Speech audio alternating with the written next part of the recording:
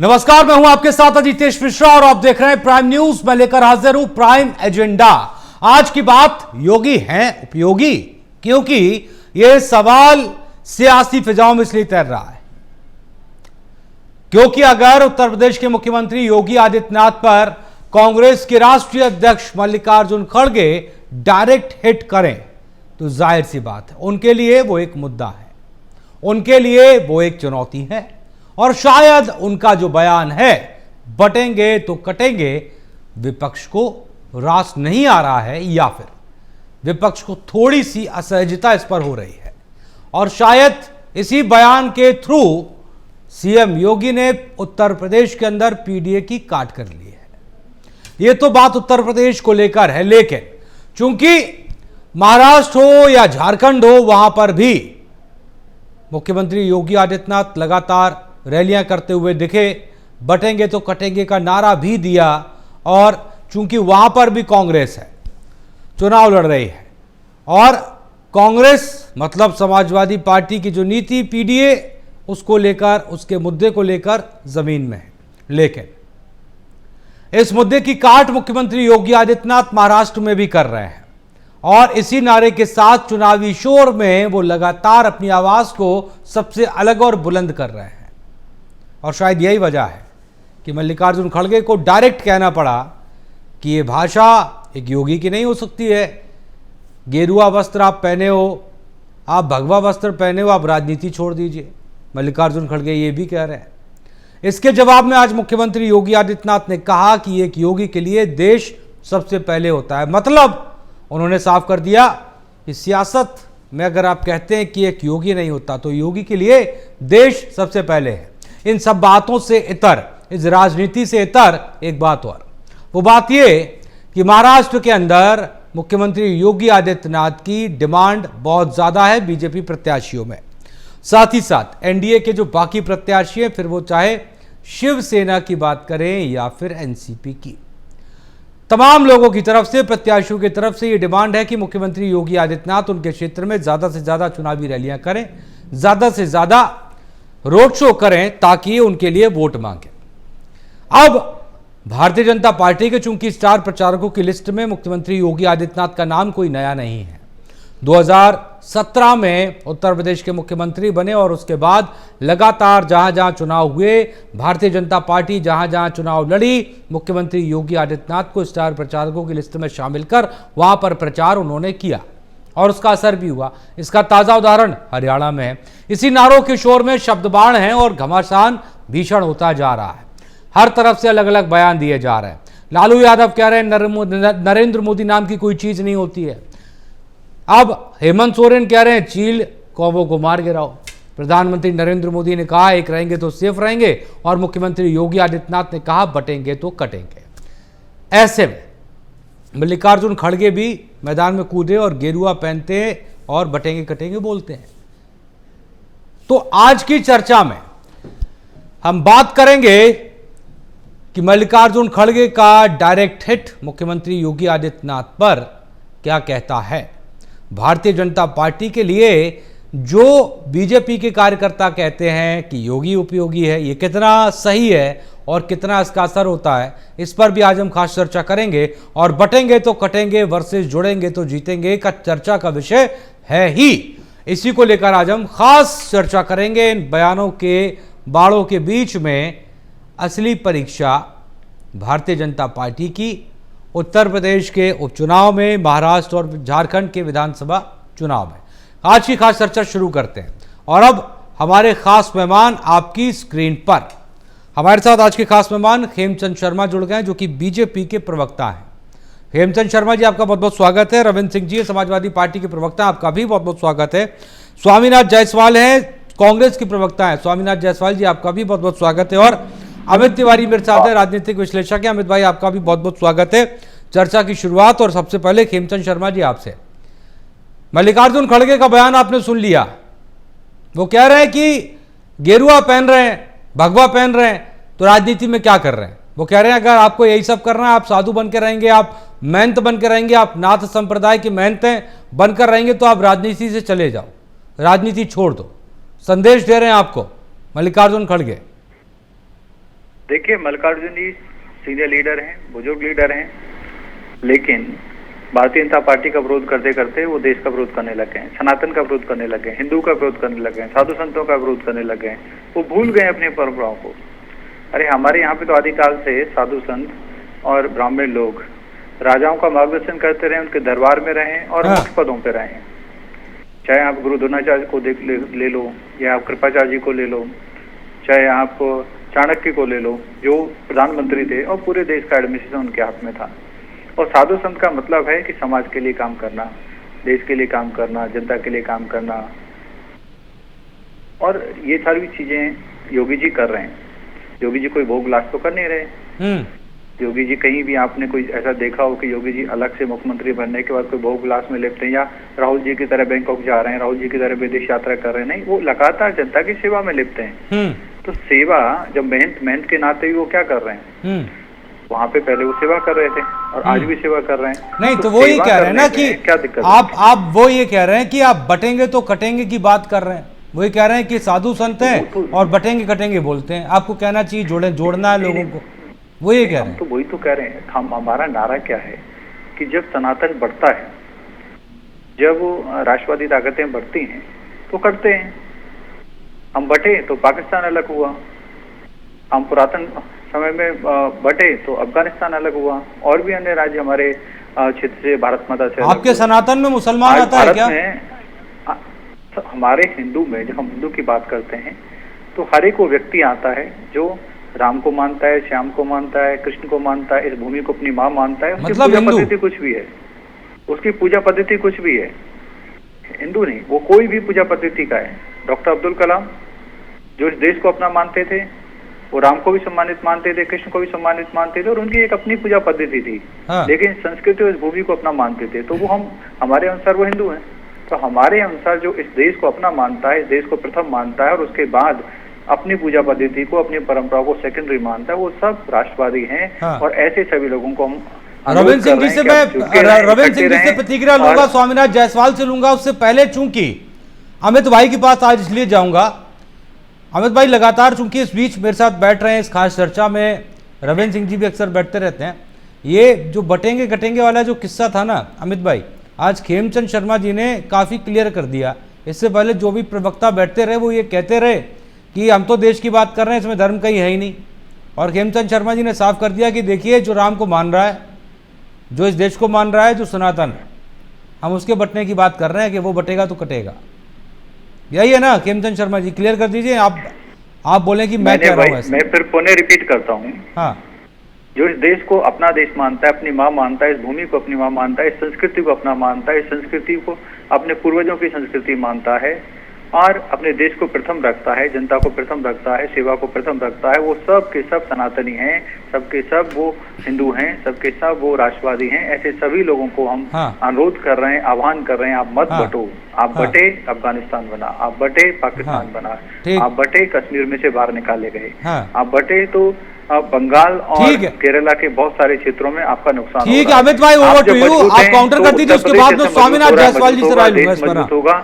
हाँ, खेमचंद भाई आ रहा हूँ, ठीक है, खेमचंद शर्मा जी आ रहा हूँ। हाँ ठीक है, अमित भाई जवाब देंगे। थोड़ा सा अमित भाई प्रकाश डालिए थोड़ा, और आप, क्योंकि लगातार इस बीच आप बैठ रहे हैं मेरे साथ। देखिए जितेंद्र भाई, सबसे बड़ी चीज है, अगर आज आपने अखिलेश यादव जी का एक बयान सुना हो तो उन्होंने कहा कि इस वेशभूषा में, जिस वेशभूषा की बात हो रही है, इसमें रावण भी आया था और सीता मैया का हरण किया था, जिसमें बहुत सारे आदि शंकराचार्य और बहुत मठों के जो संत हैं उन्होंने अपनी प्रतिक्रिया दी कि उन्होंने कहा कि राजनीति में धर्म होना चाहिए लेकिन धर्म में राजनीति नहीं होनी चाहिए। यहाँ तो आपने देखा कि साफ साफ धर्म की ही राजनीति हो रही है। अगर खेमचंद शर्मा साहब कह रहे हैं कश्मीर बटा, कश्मीर से अगर कश्मीरी पंडित बाहर हुए तो किसने किया, ये सभी जानते हैं। अगर अफगानिस्तान से हिंदू खत्म हुए तो किसने किया, सबको पता है। अगर पाकिस्तान से हिंदू खत्म हुए, अल्पसंख्यक जो वहाँ पे 23% थे, आज वहाँ 1% नहीं है। अगर बांग्लादेश में अगर हिंदुओं के ऊपर आक्रमण हो रहे हैं और उनकी जो है अस्मिताएं लूटी जा रही हैं, बलात्कार हो रहे हैं तो वो कौन व्यक्ति कर रहा है सबको पता है। तो इसमें सब कुछ खुल्लम खुल्ला है।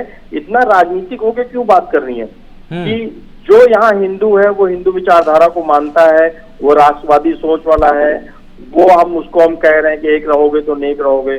जब हम बात करते हैं राजनीतिक नारे की, सबका साथ सबका विकास, सबका प्रयास, सबका विश्वास, तो जाहिर सी बात है आप एक तरफ ये कहते हो कि हमने टॉयलेट बनवाए, सबके लिए बनवाए, हमने प्रधानमंत्री आवास दिए, सबको दिए, हम 5 किलो अनाज दे रहे हैं, सबको दे रहे हैं, लेकिन जब कैमरे पे मौलवी आके बोलता है कि ठीक है मुझे मिला सब कुछ लेकिन मैं वोट आपको नहीं दूंगा, वोट तो मैं महाअघाड़ी को दूंगा, वोट तो मैं समाजवादी पार्टी को दूंगा, तो सवाल तब बनता है कि तब आपका नारा आता है कि एक रहोगे तो सेफ रहोगे और बटोगे तो कटोगे, क्योंकि पीडीए आप पे हावी हो गया 2024 लोकसभा इलेक्शन में, आपकी 62 से आप 32 सीटों में सिमट गए, 31 सीटों में, तो आपको उसकी काट ढूंढनी थी। माननीय आदित्यनाथ जी ने एक नारा प्रयोग या संयोग कहिए आप, जो पॉपुलर नारा हो गया, और बिल्कुल आपने सत्य कहा कि आज महायुति की अगर प्रचार प्रसार में देखेंगे तो सबसे ज्यादा माननीय आदित्य योगी आदित्यनाथ जी की डिमांड है। और कल वासिम में, माहिम में, और अगर आप देखें एक एक दिन में 3-3 रैली कर रहे हैं वो। झारखंड में आप देखें तो एक एक दिन में 4-4 रैलियों की डिमांड है। और उसके बाद ही अगर आपने बटोगे कटोगे का नारा आया, उसके बाद प्रधानमंत्री जी ने एक रहोगे तो सेफ रहोगे का नारा दिया है। और अगर बटोगे तो आप अपने आप को विपक्ष थाली में सजाएगा और महफिल सजाएगा। ये प्रधानमंत्री जी ने भी कहा था हरियाणा चुनाव में कि अगर आप बटोगे तो महफिल सजाएंगे विपक्ष के लोग। तो जाहिर सी बात है ये एक जो प्रपंच रचा जा रहा है, उस प्रपंच के पीछे अगर विषय वस्तु आप समझेंगे तो आप अगर हिंदू को एक रहने की भी बात कर रहे हैं तो आपका ये नारा फिर आपका जो है वो एक फतवा की तरह ही है, सबका साथ सबका विकास, जिसका आप कहते हैं कि मस्जिदों से जो मंचन होता है कि फतवा जारी होते हैं, तो भाजपा भी सिर्फ एक जो है जुमले के तरीके फतवा जारी कर रही है, सबका साथ सबका विकास। फिर वो हिंदुओं से क्यों नहीं वोट मांगती है? फिर वो सबका साथ सबका विकास की बात क्यों करती है? ठीक अमित भाई, आता हूँ। हेमचंद शर्मा जी आप जवाब दीजिएगा, उससे पहले एक छोटी सी चीज आपसे मैं कहना चाहता हूँ। आप छोटा सा जवाब दीजिएगा, उसके बाद अपनी पूरी बात करिएगा जब मैं दोबारा पूछूंगा। ये आपको क्या लगता है, लोकसभा चुनाव से पहले जब राम मंदिर में प्राण प्रतिष्ठा हुई तो कांग्रेस और समाजवादी पार्टी ने क्यों वहां पर राहुल गांधी और अखिलेश यादव नहीं आए? आपकी नजर में कारण क्या हो सकता है उसका? आपको क्या लगता है क्यों नहीं आए होंगे? देखिए, ये सनातन के विरोधी हैं, ये अपीजमेंट की पॉलिटिक्स की वजह से ठीक है सर, लगातार एक धर्म के आधार पर कट्टरपंथियों के दबाव में काम करते हैं। ठीक, मेरा कहने का मतलब यही है, आप समझ गए ना सर? हेमचंद शर्मा जी आपने कहा देखो कि क्यों नहीं कहा, ठीक, अब आप खुलकर क्यों नहीं कहते हैं फिर आप कि आप जो कह रहे हैं बटेंगे तो कटेंगे, आप हिंदुओं को एक करना चाहते हैं? हम जो कहते हैं खुलकर कहते हैं, और हम कट्टरपंथियों के विरोधी हैं, हम मुसलमान के विरोधी नहीं है, हम किसी धर्म के विरोधी नहीं है, सब भारतीय हैं जो इस देश को अपना मानता है, अपनी संस्कृति मानता है, अपने पूर्वजों का मानता है, और चाहे उसकी अभी वर्तमान में पूजा पद्धति कुछ भी हो, लेकिन वो मानता है कि श्री राम श्री कृष्ण शिव हमारे पूर्वज थे या हमारे पूजनीय थे और पूजनीय हैं और संस्कृति का अभिन्न अंग है। ठीक है, हेमचंद शर्मा जी आ रहा हूं, जवाब ले लेता हूं। पहले है और उसके बाद उनकी पूजा रविंद्र सिंह जी थोड़ा सा बस रुकिएगा सर। हेमचंद शर्मा जी आ रहा हूं, बढ़ रहे हैं। ठीक है, ओके, आया। रविंद्र सिंह जी थोड़ा सा रुकिएगा, एक सवाल में जरा जायसवाल साहब से ले लूं, उसके बाद आपके पास आऊंगा सर, विस्तार से फिर हम लोग बातचीत करेंगे। आप स्वामीनाथ जायसवाल जी, मल्लिकार्जुन खड़गे को क्यों लगता है कि जो गेरुआ पहनता है, जो भगवा पहनता है, उसको राजनीति में नहीं आना चाहिए? देखिए, कहा गया है जात न पूछ के साधु का पूछ लीजिए क्या। साधु जात पात धर्म को नहीं, एक प्रेम और सौहार्द का नाम साधु। जो सतत को यानी स्वयं को समर्पण कर देता है साधु होता है। और जो साधु स्वार्थ में चिपका हो, जो धर्म में बांटने आपकी आवाज ब्रेक हो रही, थोड़ा आवाज ठीक कराते हैं। दोबारा बोलिए एक बार सर, आपकी आवाज थोड़ा ब्रेक हो रही है। जो बांटने की बात करता है, जो काटने की बात करता है, वो साधु नहीं हो सकता है। ठीक, साधु तो स्वयं को साध लिया है, तब दूसरे को सनातन का बात ज्ञान देता है। और सनातन में कभी भी किसी को बांटने और काटने की बात नहीं कही गई है। ठीक है सर। तो जो बांटने काटने की बात करता है वो साधु हो ही नहीं सकता है। हाँ, ठीक। साधना का जो पूर्ण होता है, साधु सबको एक सूत्र में बांधने की बात करता है। एक मिनट सर, मेरा कहने का मतलब ये, चलिए आपकी बात मान लेते हैं। आप एक मिनट सर, रुकिए ना, आ रहा हूँ जायसवाल साहब, आपकी बात हम ये मान लेते हैं, आपकी बात हमने ये मान ली कि चलिए मुख्यमंत्री योगी आदित्यनाथ आपकी नजर में साधु और महंत वाले पैमाने पर खरे नहीं उतर रहे, वो साधु नहीं है आपकी नजर में, ठीक है। फिर लेकिन जो गेरुआ पहन रहा है वो राजनीति क्यों नहीं कर सकता, मैं ये पूछना चाह रहा हूँ। जरूर है, अजय कुमार बिष्ट हम उनको मानते हैं, साधु नहीं मानते हैं। साधु का ये भाषा नहीं हो सकता है। साधु का भाषा वो होता है सौहार्द और प्रेम, और प्रेम न बाड़ी उपजे, प्रेम न हाथ बिकाए, राजा प्रजा यही रुचे शीश दे ले जाए। यानी प्रेम का, सौहार्द का प्रतीक होता है साधु, और सनातन में लिखा गया है। अरे और दूसरी बात कुछ और पूछ रहा हूं आपसे सर। खेमचंद शर्मा जी सुनिए, आप सवाल कुछ और कर रहे थे। खेमचंद शर्मा जी पहुंच गए कि राहुल गांधी जी बैंकॉक जाते हैं, राहुल जी फलाने जगह जाते हैं, हाँ। तो मोदी जी कहाँ कहाँ जाते हैं हम बताएं इनको। अरे आपसे सवाल खड़गे जी का पूछे और राहुल जी के बैंकॉक पहुंच गए। राहुल जी भारत जोड़ो यात्रा करते हैं, राहुल जी भारत न्याय यात्रा करते हैं। है कि ये भारतीय जनता पार्टी के नेताओं में मोदी जी, अमित शाह, चाहे आपके कोई नेताओं में हिम्मत की 4000 किलोमीटर पैदल चल के जोड़ने की बात करो। तो आप इस तरह का आप पूछते हैं सवाल, तो ये लोग गुमराह करते हैं। यही गुमराह करने का नीति इनका है। ठीक, अंग्रेज आए थे, डिवाइड एंड रूल किए थे, फूट डालो राज करो। इनका काम है टूट डालो राज करो। अगर मुद्दे से सुनिए, मुद्दे से भटकाने के, लटकाने के लिए एक कहते हैं सबका साथ, सबका विकास, सबका प्रयास, और सबको कर दिए समाप्त। एक विकास की बात पर नहीं करते हैं। ये देखिए इलाहाबाद में क्या हो रहा है, उत्तराखंड में क्या हो रहा है। आज छात्र उतर गए रोड पर, नौकरी मांग रहे हैं, पूरा वैकेंसी खाली पड़ा हुआ है। 2 करोड़ नौकरी का झांसा देके आए थे, तुरंत 15 लाख काले धन लाने की बात कहे थे। 154 लाख करोड़ देश पे कर्ज हो गया, उसका चर्चा मत करो। बटोगे तो कटोगे, एक होगे तो सेफ होगे। हम एक होंगे, सेफ होंगे। वो खुमचे वाले, वो गरीब मोची, वो बेचारा ठेला वाला, उसका दर्द, और जो बहनों का रेप होता है वो भी हमारी हिंदू बहन होती है, सनातन की होती है। रेप करने वाला कौन? चिन्मयानंद, सेंगर, विजय गौड़, तमाम भाजपा के नेता। उस समय से एक होगे तो सेफ होगे, कहे नहीं कटोगे तो बटोगे कहते हैं। वो जो किसानों पर गाली अजय कुमार टेनी का बेटा चढ़ाता है, उस समय बुलडोजर भी नहीं उनके घर जाता है। क्यों नहीं कहते हैं कटोगे तो बटोगे? तो अपने लोग पर तुम चढ़ाते हो, अपने लोग को मारते हो, अपने लोग को। अब जरा सुन लीजिए, आ रहा हूँ सर, लंबा हो गया ना जवाब, पहला जवाब है, थोड़ा रुक के दीजिए ना। स्वामीनाथ जायसवाल जी रुकिए, मैं तो कुछ पॉइंट नहीं कहा, उनसे 3-3 बार पूछे आप। अरे जिस तरह से बटोगे कटोगे नारा, मैं पूछ लेता हूँ ना, मौका तो दीजिए।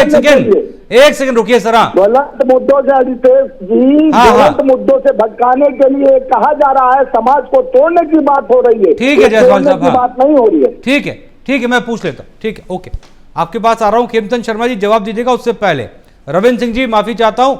और कैसे हैं आप? बढ़िया।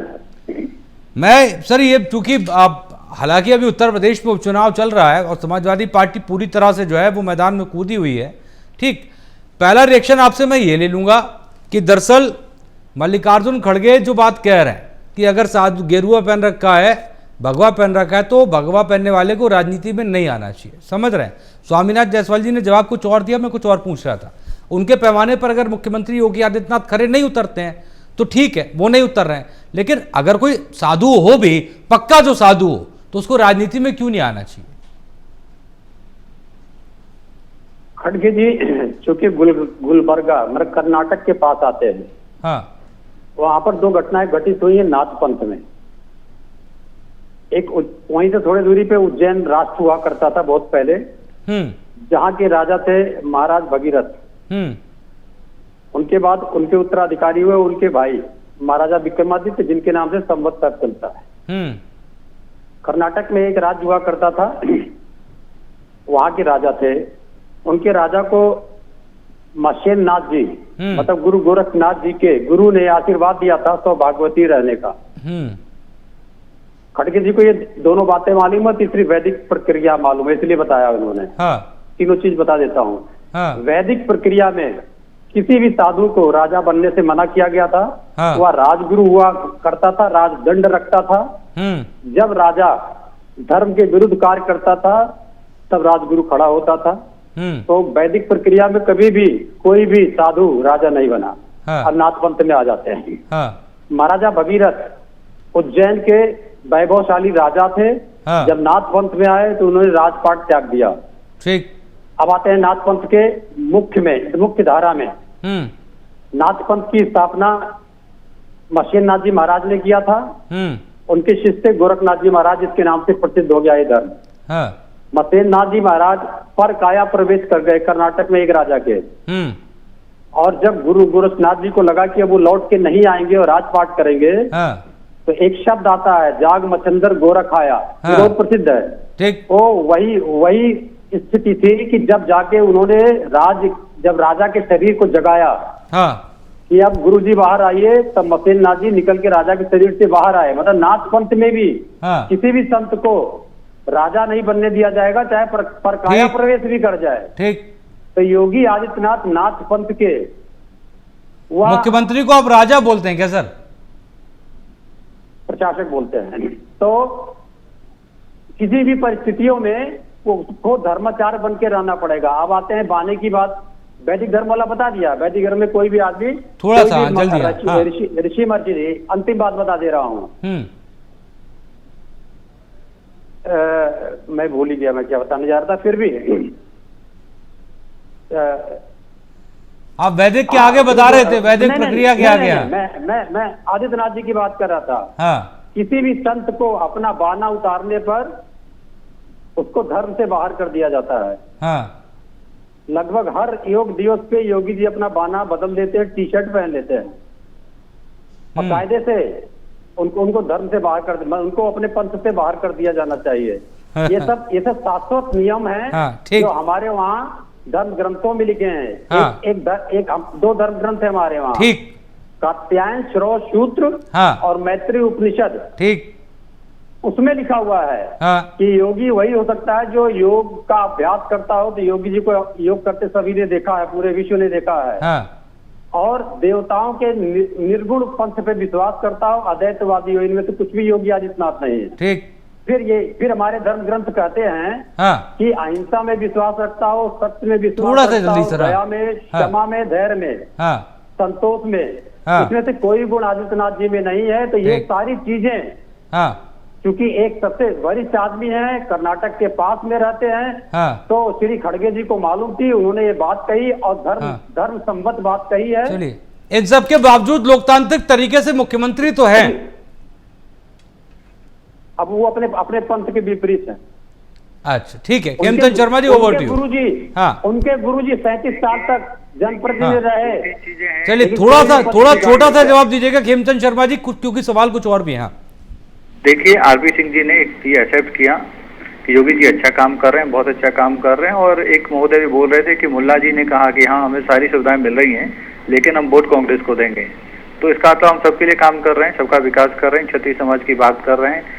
हम इनकी तरह संक्षिप्त बात नहीं कर रहे कि हम एक विशेष वर्ग के लिए काम करेंगे, बाकी के लिए काम नहीं करेंगे, क्योंकि हम सेवा करते हैं। और रही बात, अब राजतंत्र नहीं है, यहाँ राजा कोई नहीं है। मुख्यमंत्री जी न राजा हैं और न ही प्रधानमंत्री जी राजा हैं, सब सेवक हैं, सब जनता के द्वारा चुने हुए हैं। ये लोकतंत्र है। और लोकतंत्र में और भारतीय जनता पार्टी के कार्यकर्ता तो मान के चलते हैं कि हम सेवक हैं, चौकीदार हैं, ट्रस्टी हैं। तो हम तो राजा मानते नहीं है। राजा मानते हैं अपने आप को राहुल जी, गांधी परिवार वाले, कांग्रेस वाले या समाजवादी पार्टी वाले, क्योंकि वो प्राइवेट लिमिटेड कंपनी चलाते हैं। जब हम राजा है ही नहीं, मानते नहीं, राजा आज है नहीं, हमारे संवैधानिक सेवक हैं। जब संवैधानिक सेवक हैं और साधु भी सेवक होता है समाज का, तो समाज के लिए बड़ा काम करने के लिए, समाज का विकास करने के लिए, राज्य का विकास करने के लिए, राज्य की भलाई करने के लिए वही वो काम कर रहे हैं। आज वो अच्छा काम कर रहे हैं, तो ये सब डरे हुए हैं, सहमे हुए हैं, परेशान हैं कि उनकी काट क्या है। तो अब ये कह रहे हैं कि आपको काम ही नहीं करना चाहिए, क्योंकि अब उनका सामना तो कर नहीं सकते। वो जो अच्छा काम कर रहे हैं उन पर बात नहीं कर सकते, मुद्दों पे बात नहीं कर सकते। चलो जी, अब इनके पीछे ये लग जाओ कि आप साधु हैं, आप इसीलिए राज नहीं कर सकते। फिर ये कल को बोलेंगे आप कुंवारे हैं इसलिए राज नहीं कर सकते। फिर बोलेंगे कि भाई आप सनातनी है इसलिए राज्य नहीं कर सकते। मतलब हर एक व्यक्ति जो अच्छा काम कर रहा है, देश की भलाई के लिए सोच रहा है, वो इनका दुश्मन है, क्योंकि ये देश के दुश्मन है, ये सनातन के दुश्मन है, ये हिंदू के दुश्मन है। इसीलिए इनको हर एक व्यक्ति जो अच्छा काम करता है वो गलत लगता है। कल को आपका चैनल ही बुरा लगेगा, क्योंकि आपका चैनल भी सच्चाई के लिए बात करता है, देश के लिए बात करता है, राज्य के लिए बात करता है। कल को बोलेंगे नहीं ये चैनल भी खराब है। Ravindra Singh ji, over to you. हमारे चैनल वाले पर प्रतिक्रिया मत दीजिएगा, बाकी बोलिएगा कुछ भी, ये तो सुनने की आदत है कोई भी कुछ भी। सनातन के बारे में बोला इन्होंने। हाँ, ये आरएसएस की एक सोची समझी रणनीति और षड्यंत्र है कि वो हिंदू धर्म को खत्म करना चाहती है। हाँ, सनातन धर्म का नाम का कोई भी धर्म हमारे धर्म ग्रंथों में उद्धृत नहीं है। सनातन एक एडजेक्टिव है जो लगाया जाता है किसी चीज, सनातन शिक्षा, सनातन धर्म, सनातन परंपरा, सनातन संस्कार। अब इन्होंने धर्म बदल दिया। अब जरा इनका सनातन चरित्र बोल देखिए, सनातन चरित्र क्या बताता है इनको। प्रभु श्री राम अवैध संतान है, ये उत्तर प्रदेश का एक मंत्री बोलता है। पूर्व मुख्यमंत्री योगी आदित्यनाथ के कैबिनेट का बोलता है। माता जानकी टेस्ट ट्यूब बेबी हैं, योगी आदित्यनाथ बोलते हैं। बजरंगबली दलित हैं, मोहन भागवत बोलते हैं हिंदू धर्म ग्रंथों में छेड़छाड़ हो गई, मतलब वहां पर लिखा जाएगा। जितने भी आक्रांता आए भारत में, उन्होंने जैसे बताया जाता मंदिर गिराए, उससे ज्यादा मंदिर योगी आदित्यनाथ ने मथुरा काशी जी में और अयोध्या जी में गिरवा दिए है। ये इनका सनातन है, ये हिंदू धर्म को खत्म करके सनातन धर्म बनाने का इनका षड्यंत्र है। किस मुंह से बात करते हैं? बात होनी चाहिए थी महाराष्ट्र की, जहां ये जा रहे हैं, जहां पर इन लोगों ने धारावी जैसे इलाके को, जहां पर 15 से 20 लाख लोग रहते हैं, गरीब लोग, और उनकी जमीन को बेच दिया अडानी के हाथ में, और पूरा बंबई उस धारावी पे आश्रित करता है। जितने छोटे छोटे व्यापार उद्योग हैं धारावी से चलते हैं। हाँ। पूरा का पूरा बेच दिया और 15 से 20 लाख लोगों को बेरोजगार कर दिया, सुरक्षा के मुंह में डाल दिया। तो रोज वो बटेंगे कटेंगे, क्योंकि योगी आदित्यनाथ के पास 7.5 साल में बताने के लिए कुछ नहीं है, नरेंद्र मोदी के पास अपने बताने के बाद 10 साल से ज्यादा के समय में कुछ भी नहीं है। तो बटेंगे कटेंगे बताएंगे, जनता का मुद्दा इनके पास में नहीं है, और ये हिंदू धर्म के विरोधी हैं। ठीक है, स्वामीनाथ जायसवाल जी, ओवर टू यू, आपके पास आ रहा हूं। अब अपनी बात आप आगे रखें, ठीक है। देखिए जिस तरह से खेमचंद जी बोल रहे थे, ये लोग क्या है कि एजेंडा विहीन है। अब भारतीय जनता पार्टी और कांग्रेस को जो वो एक विंडो में करिए। हाँ जी, बोलिए सर। हाँ, जिस तरह से माननीय प्रधानमंत्री जी लोकसभा चुनाव में मंगलसूत्र छीनकर हिंदू बहनों को और मुसलमानों को दे देंगे, जमीन छीनकर मुसलमानों के बच्चों को मुसलमानों को दे देंगे। देश का प्रधानमंत्री इस स्तर का भाषण बोलता है, मंगलसूत्र मुद्रा की बात करता है, वो देश का प्रधानमंत्री प्रचार मंत्री नहीं है। और इस तरह के भाषा का एक होंगे, सेफ होंगे, जाते हो दूसरी जगह जाते हो तो गले में मिल जाते हो, बिना बुलाए बिरयानी खाने पहुंच जाते हो, और इंडिया में आके तुम कहते हो कि बटोगे कटोगे, एक होगे तो सेफ रहोगे। तो इस तरह का भाषा, इनसे पूछा जाए एजेंडा कि जो मिलता था बटर 35 रुपया का 75 रुपया का मिलने लगा था। तो अगर आप नहीं चेंज करेंगे अपने आप को, तो जो राष्ट्रवादी लोग हैं, सनातनी लोग हैं, आपको जवाब देंगे। इकट्ठे हो जाओ। 35 रुपया का देते 100 रुपया का बेचने लगे, 300 का सिलेंडर देने का नाम लेते लगे। आपको इकट्ठा रहना है। आप इकट्ठे हुए हैं, देश का विकास 10 साल में तेजी से हुआ है। आप इकट्ठे हुए हैं, आज उत्तर प्रदेश उत्तम प्रदेश बन रहा है। उत्तर प्रदेश जो बीमार प्रदेश था, आज वो अग्नि प्रदेश हो गया है। लॉ एंड ऑर्डर उत्तम हो गया है। इंफ्रास्ट्रक्चर वहाँ पे जो स्थिति से वहाँ पे आगे बढ़ रहा है। नई नई इंडस्ट्री आ रही है, मेडिकल फील्ड में वहाँ पे आगे बढ़ रहा है। स्कूल कॉलेज बने हैं, स्कूल कॉलेज उत्तम हुए हैं। ये सब इसलिए हुआ है कि राष्ट्रवादी सनातनी लोग इकट्ठा हो रहे हैं, इकट्ठा होंगे, इकट्ठे रहेंगे तो देश आगे बढ़ेगा। जिस तरीके से 10 साल में आगे बढ़ा है, कांग्रेस समाजवादी पार्टी वाले ये बांट के राज करना चाहते हैं। ये खेमचंद शर्मा जी, परिवार को आगे बढ़ाना चाहते हैं। ये समझते हैं कि हमारा ये हक है, हमारा अधिकार है, हम तो सेवक हैं। स्वामीनाथ जायसवाल जी आ रहा हूँ। खेमचंद शर्मा जी, मेरा कहने का मतलब ये है सर, और हमारे महाराष्ट्र की बात ही कर लेते हैं खेमचंद शर्मा जी, से लगे हुए महाराष्ट्र की बात ही कर लेते हैं। महाराष्ट्र में अजीत पवार जो है वो कह रहे हैं कि जो बटेंगे कटेंगे है ना सर, ये हमारे यहाँ नहीं चलेगा। वो ये कह रहे हैं हम सहयोगी हैं, ठीक, लेकिन हमारे यहाँ नहीं चलेगा, ये हमें पसंद नहीं है, हम इस तरह की राजनीति करते ही नहीं है। आपके सहयोगी हैं वो ये कह रहे हैं। वो सहयोगी है, हमारी पार्टी नहीं है ना, वो जो बोल रहे हैं वो बोले। हम हमारा जो एजेंडा है, हमारी जो सोच है, हम उसके साथ आगे बढ़ेंगे और उसमें हमें कोई नहीं रोक सकता। ये मानकर चलें कि महाराष्ट्र के जब परिणाम आएंगे सर, तो ऐसी स्थिति नहीं होगी जो एक समय भारतीय जनता पार्टी और वो पूरी वाली जो फुल फ्लैश शिवसेना थी जो बीजेपी और उसके बीच हुई थी।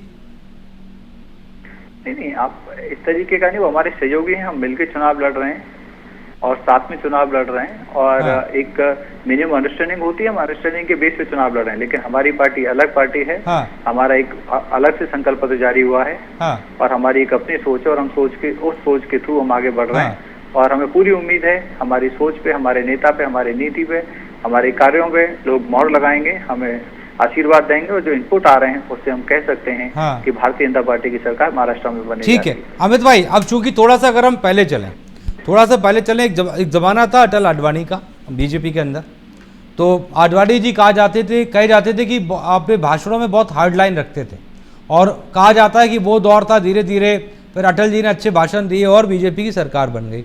उसके बाद 2014 के पहले नरेंद्र मोदी आए, काफ़ी अपने भाषणों में हार्ड लाइन रखते थे। तो ये कहा जाता है कि बीजेपी के अंदर अगला नेता वो होता है जो करंट नेता से ज़्यादा हार्ड लाइनर होता है, और आज की तारीख में मुझे बताने की ज़रूरत है नहीं कि बीजेपी के अंदर वो कौन है। और इसी वजह से जो महाराष्ट्र में या झारखंड में या हरियाणा में जो भारी डिमांड हो रही है, ये आने वाली रूपरेखा भी तय कर रही है कि हाँ, नरेंद्र मोदी से बड़ा जो हार्ड लाइनर होगा वही बीजेपी का अगला नेता भी होगा। निश्चित तौर पे आज हिंदुत्व राष्ट्रवादी नेता के तौर पे माननीय आदित्य योगीनाथ जी ने अपनी एक छवि बनाई है और पूरे राष्ट्र में कहीं न कहीं लोग उनको बहुत ज्यादा फॉलोअर हैं। और इस मामले में अगर आप देखेंगे तो अभी हरियाणा का चुनाव है जो एक नारे से पूरा पलट गया और जिस तरह से उनको इस नारे के द्वारा कामयाबी मिली है, उसी का प्रयोग या संयोग आप देखिए कि महाराष्ट्र में भी वही नारे के साथ लोग काम कर रहे हैं। बीजेपी के लोग, चाहे प्रधानमंत्री जी की हम बात करें, चाहे हम झारखंड की बात करें, लेकिन इसमें एक सबसे बड़ी चीज है, इसमें एक नाट की प्रतिष्ठा जो बनी हुई है माननीय आदित्य योगीनाथ जी की, 9 सीटों में जिनमें चुनाव हो रहा है, हाँ, उनका रिजल्ट बहुत मायने रखेगा कि आगे की जो बड़े लेवल की हम बात कर रहे हैं, जिस बड़े कद की हम बात कर रहे हैं या बड़े पद की बात कर रहे हैं, वो तय करेगा ये 9 सीटों का उपचुनाव। क्योंकि लोकसभा में जिस तरह से करारी हार मिली थी, आपने जिस तरह अपने वक्तव्य में जिक्र किया कि पीडीए की काट कहीं न कहीं योगी जी के हाथ में आ गई है और लोग उनसे जुड़ रहे हैं, निश्चित तौर पे इससे बीजेपी को फायदा हो रहा है। लेकिन अगर हम देखें जिस तरह से पीडीए की बात कर रहे हैं लगातार अखिलेश यादव जी, और लगातार आपने देखा होगा कि घटनाक्रम चाहे अल्पसंख्यक लोगों के साथ जिस तरह से घटनाएं बढ़ी और जिस तरह दलितों के साथ घटनाएं बढ़ी, तो चाहे आप अयोध्या का मामला ले लीजिए, चाहे आप कन्नौज का मामला ले लीजिए, चाहे आप सुल्तानपुर का मामला ले लीजिए और चाहे आप लखनऊ का गोमती नगर का मामला ले लीजिए, तो ऐसे बहुत सारे मामले हैं जिनमें दलित वर्सेस मुस्लिम ही आमने सामने खड़े हुए हैं और उसकी वजह से माहौल एक तरफा चेंज हुआ है। वो नारा जिसकी हम बात कर रहे हैं, बटोगे तो कटोगे, तो कहीं न कहीं लोगों को जोड़ने का काम कर रहा है। लोगों के समझ में आ रहा है कि जिस पीडीए की हम बात कर रहे हैं वही दता बता के इतनी सारी घटनाओं को सामने आई है। अब इसमें सबसे बड़ी चीज जो समझिए, खेमचंद शर्मा जी ने बड़े सफाई से एक बात कही कि चाहे कोई भी मुल्ला बोल रहा हो कि वोट हम कांग्रेस को देंगे, लेकिन हम सबका साथ सबका विकास की बात कर रहे हैं। सबका विकास एक जुमला उसी दिन साबित हो गया था खेमचंद शर्मा जी, जिस दिन आपने एक रहोगे तो नेक रहोगे, एक रहोगे तो सेफ रहोगे, और जब आपने कहा था कि बटोगे तो कटोगे, बटोगे कटोगे, सामाजिक एक विचारधारा को आपने पहले दिन ही बांट दिया। बहराइच घटना उसका सबसे बड़ा उदाहरण है।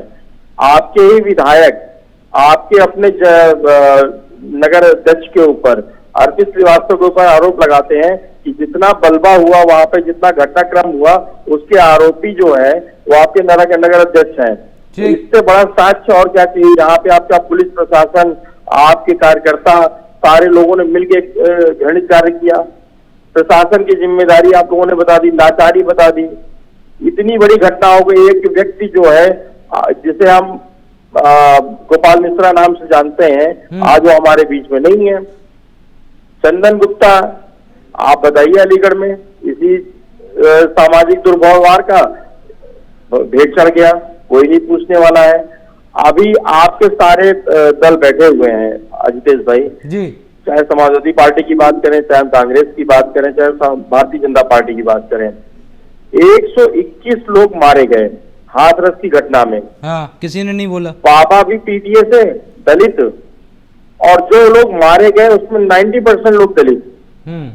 किस तरह से खाना पूर्ति की गई उस घटना की, हर पार्टी के प्रवक्ता वहां गए, राहुल गांधी वहां गए, और समाजवादी पार्टी से कोई नहीं गया। लेकिन जिस तरह से बयानबाजी आई कि शिवपाल जी ने कहा कि घटनाएं होती रहती, घटना है ये। अखिलेश यादव जी ने कहा कि उसमें बाबा कहीं दोषी नहीं है, लोग चरण रस के लिए भागे, ये उनकी समस्या थी। सुन रहे हैं रविंद्र सिंह जी? अब आप समझिए, 121 लोग मारे गए, यहाँ 2 लोग मारे जाते हैं, उसमें घटना में इनकाउंटर हो जाता है। रातों रात राहुल गांधी उस ट्वीट का संज्ञान ले लेते हैं, और हजारों लोग जो धरने पे बैठ जाते हैं। एक घटना होती है, अगर दलित या मुस्लिम किसी भी व्यक्ति के साथ लोग धरने पे बैठ जाते हैं। यहाँ पे 121 हिंदू परिवार मार दिए गए रातों रात, सबके सामने दी हुई घटना सामने आई। उसका कोई भी पार्टी, किसी पार्टी ने भी विरोध नहीं किया।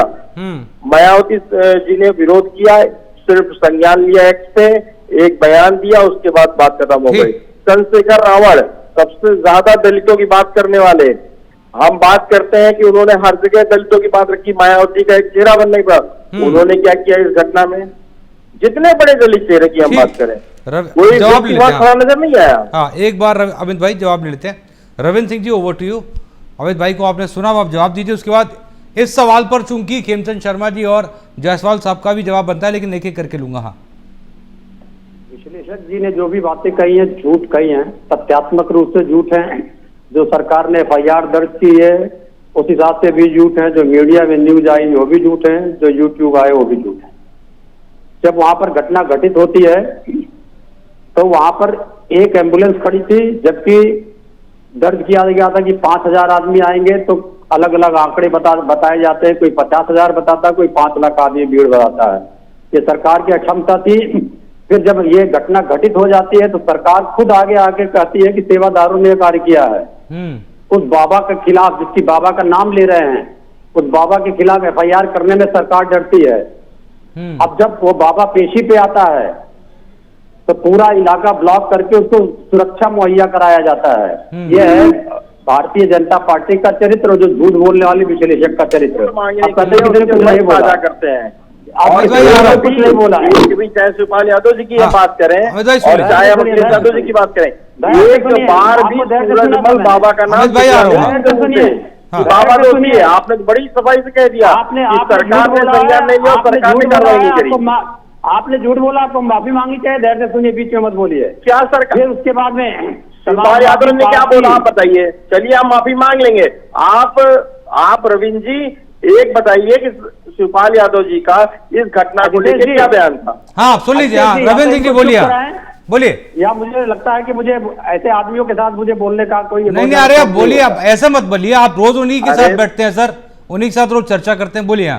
ठीक, मैं ये कह रहा हूँ कि जो तथ्यात्मक बातें हैं, जितनी तथ्यात्मक बातें मैंने कही हैं, सब मेरे पास अभी ऑन रिकॉर्ड में फटाफट व्हाट्सएप पे भेज सकता हूँ। अब क्या हुआ पर वहां पर समाजवादी पार्टी का एक प्रतिनिधिमंडल जाता है। प्रतिनिधिमंडल वहां से एम्बुलेंस से फोटो खींचता है, जो पास में जो सबसे नजदीक CSC थी, CSC की रिपोर्ट निकाल के ये सारी रिपोर्टें समाजवादी पार्टी का प्रतिनिधिमंडल DGP उत्तर प्रदेश के पास में भेजता है। क्या बात करते हैं? ऐसे झूठ बोलेंगे बैठ के चैनल पे? ठीक है रविंद्र सिंह जी, जवाब लेते हैं। Hemchand Sharma ji, over to you. जल्दी से जल्दी रेट करिएगा, क्योंकि चर्चा के पॉइंट पर वापस आना है। तुरंत एक्शन लिया, जो जिम्मेदार वहाँ पे ऑर्गेनाइजर थे उन पे कार्रवाई हुई। लेकिन समाजवादी पार्टी जो बाबा के पास जाती थी, बाबा के पैरों में बैठती थी, बाबा की बाबा के मंच पे जाके उनका लाभ लेती थी, अपने फेवर में वोट डलवाने की कोशिश करती थी, उनका मुंह सिल जाता है। ये बिल्कुल बात सही है। वैसे अयोध्या में एक दलित बहन के साथ अत्याचार होता है, अत्याचार करने वाले एक पर्टिकुलर समाज से होते हैं, मुंह बंद कर लेते हैं, बल्कि उस अपराधी को बचाने का पूरा प्रयास करते हैं, पूरा दमखम करते हैं, मुद्दे को भटकाने की कोशिश करते हैं, बदलने की कोशिश करते हैं, चेंज करने की कोशिश करते हैं। MP साहब उस अपराधी के साथ खड़े रहते हैं। इसीलिए समाजवादी पार्टी अपराधियों के साथ है। ये हमेशा से इनका एक स्लोगन था, इनका एक आप कह सकते हैं इनडायरेक्ट इनका एक घोषित घोषणा पत्र है कि अपराधी का मतलब समाजवादी पार्टी का कार्यकर्ता। ये हमेशा से उनका साथ देते रहे, लेकिन अब उत्तर प्रदेश ने मान लिया है, ठान लिया है कि हमें अपराधियों का सफाया करना है, योगी बाबा जी के नेतृत्व में सफाया करना है। हमें अपराधी नहीं चाहिए, हमें कानून व्यवस्था चाहिए, और कानून व्यवस्था कानून दे रहा है। आज उत्तर प्रदेश में एक सवाल है मेरा, कानून व्यवस्था है, बाबा के ऊपर शांति से रह रहे हैं। अगर किसी को परेशानी है, बाबा का कोई आश्रम सील किया गया, बाबा अमित जी कुछ पूछ रहे हैं, कानून ने बाबा अपना कहाँ काम पूछ किया रहे है। मैं तो उन लोगों से पूछता हूँ जो बाबा के चरणों में बैठते थे, बाबा की रैली अरे आप में उनसे जाके पूछ आशीर्वाद लीजिएगा, लेते थे। हम आपकी अलग से बातचीत करवा देंगे, आप पूछ लीजिएगा, आप ट्वीट कर लीजिएगा। आपके बड़े बड़े नेता बैठते थे, अब मैं उनका भी नाम देना शुरू अरे करूंगा भाई, तो जो जिसकी बात हो रही है पहले वो बताएं, या बात उत्तर प्रदेश की हो रही है, जो आसाराम जी की बात करोगे तो बात कर लेंगे। पहले यहाँ पे संज्ञान बाबा जी या माननीय आदित्य योगी नाथ जी छोटी सी घटना का लेते हैं और बुलडोजर पहुंच जाता है, उनके आश्रम सील नहीं हुए, पुलिस वहां गई सिर्फ ये देखने के लिए बाबा है अंदर की नहीं है। लगातार 4 दिन मीडिया पूरा देश का मीडिया उनके पीछे घूम रहा था, लेकिन 4 दिन बाद पता चला कि KP सिंह साहब जो है, उनके वकील जो है, कह रहे हैं जो सेवादार हैं उनको यहाँ गिरफ्तार कर लिया गया, उनकी हार्ट की बीमारी चल रही थी गंगाराम अस्पताल में। अच्छा, और एक चीज पूछ लेते हैं, बस खेमचंद शर्मा जी ज्यादा नहीं, बस इतना बता दीजिए बाबा जी कहाँ हैं आजकल, उसके बाद आगे चलते हैं। ये तो कानून का, देखिए ये तो पुलिस का काम है, कानून का काम है। कोर्ट में केस है, जो कोर्ट में केस हो उस पर कमेंट करना, ये बहुत जाहिर सी बात, बहुत जहाँ भी कानून कहेगा, कोर्ट कहेगा, उस पर कार्रवाई होगी। लेकिन मैं समाजवादी पार्टी वालों से पूछना चाहता हूँ, उनके भी केस कोर्ट में है सर, मुंह बंद करके कैसे बैठ गए? उनके वाले भी केस कोर्ट में ही है, जब आप बार बार गिनाते हैं कन्नौज और अयोध्या गिनाते हैं ना, नहीं सभी कोर्ट में हमने कब कहा, लेकिन आप अपराधी के साथ क्यों खड़े? हम तो अपराधी के साथ नहीं खड़े। जो अपराधी है, जो गलत है, उस पर कार्रवाई होगी, डंके की चोट पे कार्रवाई होगी। जायसवाल साहब, समाजवादी पार्टी के MP नेता, पूरी पार्टी अपराधी के साथ खड़ी थी। हम तो ये कहते हैं कि जब अपराधी अगर मुसलमान है तो दलित समाज को ये भूल जाते हैं, दलित समाज को सिर्फ ये वोट बैंक के लिए उपयोग करना चाहते हैं। अदरवाइज इन्होंने दलितों की जो बड़ी नेता है, सबसे बड़ी नेता है, बहन मायावती को भी पीटा, उनकी भी बेइज्जती की, उनका भी अपमान किया। ये पूरा अच्छा, लाइव कमेंट में आपके लिए एक सवाल है sir, Khemchand Sharma ji, live comment में सवाल है, बृजभूषण शरण ठीक है ना? देखिए, बृजभूषण शरण एक नागरिक के नाते जो कानूनी कार्रवाई उन पर होनी चाहिए वो हो रही है, और जो उनके अधिकार कोर्ट का मसला है, ठीक है, गलत है, कैसे हैं, ये तो कोर्ट का मसला है, नागरिक अधिकार, ये कोर्ट का मसला है। बृजभूषण शरण वाला ठीक, इस पर नहीं बोलना। जायसवाल साहब, ओवर टू यू। अब आप बोलिए सर, खुलकर बोलिए। बोलने का दूसरे को भी मौका दीजिए। अरे सर, मौका आपके पास हो रहा था जायसवाल साहब, आप ऐसे मत बोलिए। हाँ, नहीं, मैंने इस तरह से नहीं बोल रहा हूँ, मैं ठीक तरह से बोलने जा रहा हूँ, सुनते रहिए। आप बोलिए। हाँ जी। ये लोग बलात्कारी बाबाओं को बुला के चुनाव प्रचार कराते हैं, राम रहीम। अरे आप बलात्कारी, फिर वही बात, सुन लीजिए, आपने ये नहीं कहा बलात्कारी मुल्ला मौलवी, आप साधु संतों को फिर से बदनाम, हम लोग हिंदुओं को बदनाम, खेमचंद शर्मा जी सुन लीजिए, बदनाम करने का प्रयास कर रहे हैं। आपको कुछ शर्म नहीं आती? आपको शर्म नहीं आती? आप ऐसे नाम लेते हो बाबा, आपने और तो कुछ बोला नहीं। अभी अयोध्या में बलात्कारी कौन था? अरे कुछ तो शर्म करो, कुछ तो शर्म करो। आपने ठेका ले लिया है क्या हिंदुत्व का विरोध करने का? आपने ठेका ले लिया है, आपने सुपारी ले रखी है क्या कि आप हमेशा जब बोलोगे तो सनातन का विरोधी करोगे, हिंदुओं का विरोध करोगे? कुछ शर्म नहीं आती? कुछ शर्म लिहाज नहीं है? शर्म आनी चाहिए तुमको। अरे आपको शर्म आनी चाहिए। अब तू तड़ाक पे आ गए, गुंडई पे आ गए, जायसवाल साहब औकात पे आ गए। जायसवाल साहब, तू तड़ाक करोगे, गुंडई करोगे, देख लेंगे क्या आपकी औकात है। जायसवाल साहब, आप जब बोलते हो, जब आपके मुंह से सम्मानित भाषा में आपके मुंह से शब्द निकलते हैं, खेमचंद शर्मा जी वैसे एक सेकंड, निकलते हैं जैसे खेमचंद शर्मा जी, पत्थर फेंकते हो। खेमचंद शर्मा जी प्लीज रुकिए एक आप सेकंड, कभी भी सही बातें नहीं कर सकते। अरे एक सेकंड रुकिए ना खेमचंद शर्मा जी, एक बार सुन लेते हैं। और जायसवाल साहब प्लीज सम्मानित भाषा में बोलिए जो भी बोलना है। अजितेश जी, सम्मानित भाषा बोला जाता, हम लोग सबका सुन रहे थे, किसी जो जैसा है वो वैसा ही रहेगा। हेमचंद शर्मा जी सुन लीजिए एक बात, संस्कृति है वो वैसा ही रहेगा, बेशर्मी लोग हैं, जिसकी जैसी आदत है वो वैसा ही रहेगा, उससे अच्छा एक्सपेक्ट नहीं किया। हेमचंद शर्मा जी, आपकी तरह ऐसे ठीक नहीं होता बीच बीच में बार-बार टोकना। नहीं करूंगा, लेकिन आपकी बातों का विरोध जरूर करूंगा। अब ठीक है हेमचंद शर्मा जी रुकिए प्लीज, आपकी गलत बात डिबेट डिटेल हो रही, रुकिए एक सेकेंड। गलत पार्टी का हेमचंद शर्मा जी प्लीज रुकिए, प्लीज जायसवाल साहब रुकिए एक सेकेंड, 40 सेकंड आपके पास, अपनी बात पूरी करिए। हेमचंद शर्मा जी बीच में बोलिए प्लीज। इन्होंने अभद्र भाषा का उपयोग किया है, गलत भाषा का उपयोग किया है, हिंदुओं पे सीधा सीधा अटैक किया है, सनातन पे सीधा अटैक किया है, लाखों करोड़ों साधु संतों पे अटैक किया है, जो समाज के लिए काम करते हैं, जो देश के लिए काम करते हैं, ऐसे साधु संतों पे इन्होंने अटैक किया है। चलिए ऑडियो डाउन करिए, माफी मांगनी चाहिए, अगर कुछ शर्म लिहाज है ऑडियो डाउन करिए। ठीक, चलिए ऑडियो डाउन करिए। अमित तिवारी जी, मेरी आवाज आ रही है? हाँ, अब समय भी चूंकि नजदीक है चर्चा का भी, और धीरे धीरे चुनाव भी, अगर हम देखें उत्तर प्रदेश का उपचुनाव भी नजदीक है, थोड़ा सा विश्लेषण मैं आपसे चाह रहा हूं ताकि आप प्रकाश डाल दें। 9 सीटें ये हो गई उत्तर प्रदेश की, उधर महाराष्ट्र और झारखंड, अपना वाला एक बार रिव्यू दीजिए, क्या लग रहा है आपको? देखिए, उत्तर प्रदेश में 5 सीटें समाजवादी पार्टी की हैं, उनको उनसे कोई नहीं ले सकता, ये आप भी जान रहे हैं, वो फिक्स है, चाहे कराला हो चाहे करेली की हम बात करें, चाहे हम माजवा की बात करें, ठीक है, ये उनकी फिक्स सीटें हैं, ये कोई उनके हाथ से नहीं ले जा रहा। अगर हम महाराष्ट्र की हम बात करें, महाराष्ट्र में 2, चाहे हम महाविकास आघाड़ी की बात करें, चाहे महायुति की बात करें, दोनों में एनसीपी का बहुत बड़ा रोल होने वाला है। चाहे वहां पे एनसीपी अपनी शरद पवार ग्रुप की हम बात करें, अगर शरद पवार गुट अगर सीटों में बढ़त लेता है तो जाहिर सी बात है वो सबसे बड़ी पार्टी की, दूसरे नंबर की बड़ी पार्टी होगी, क्योंकि पहली बड़ी पार्टी कांग्रेस होगी और दूसरी एनसीपी होगी। अगर एनसीपी बढ़त लेके आती है तो महाआघाड़ी की सरकार बनना तय है।